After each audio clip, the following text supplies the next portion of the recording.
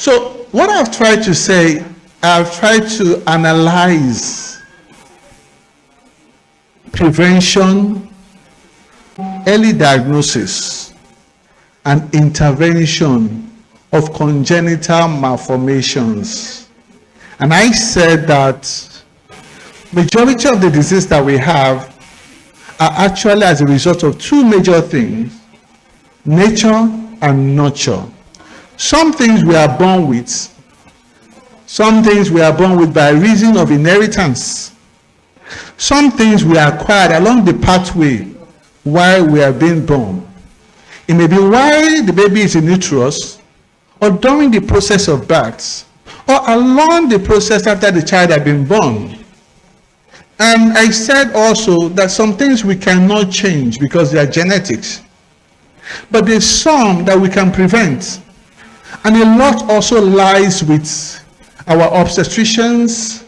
Because if you give me a baby that has severe perinatal asphyxia, I may not be able to do much. The damage has been done. The baby might not die, but the aftermath of the severe perinatal asphyxia is a big issue for the family.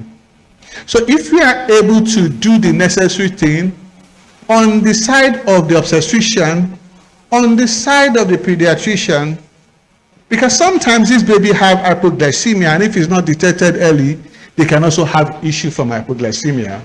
So it is better for our TBAs to know their limits, because if they don't, then we're going to be having issues, and to know when to refer, and refer early and adequately so that there won't be issues. It's someone's life, it's someone's child, and we should take care of that. And by way of intervention, we need to be able to make early diagnosis, because if you don't know a thing, you might not be able to intervene. And a number of times when we have patients that have T21, so some of the tests are quite expensive. You know, doing a karyotype, for instance, is expensive. And doing a genetic screening is also expensive. But those are the things we need to do so that we can prevent it. And even when we now discover that, okay, this is unpreventable, like the lady was saying, we now have to, because for us, when you talk about prevention, we're looking at 5 levels. We talk about the general protection, the specific protection. We talk about early diagnosis and treatment. And we also talk about reduction of impairment. If we know that a child is likely to have CP, then we start doing something about physiotherapy and so many other things so that it does not become bedridden or having to sit on a wheelchair for a lifetime. And we have to consider rehabilitation.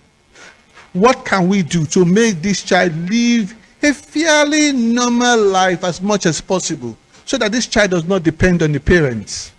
So we start looking at what can he do? Which kind of occupation can he be engaged in? And that will ease out the burden on the parents.